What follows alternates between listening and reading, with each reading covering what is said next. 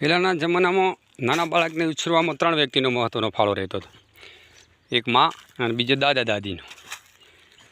એટલે નાના બાળકનું સૌથી વધારે ઘડતર મા અને દાદા દાદી કરતા હતા.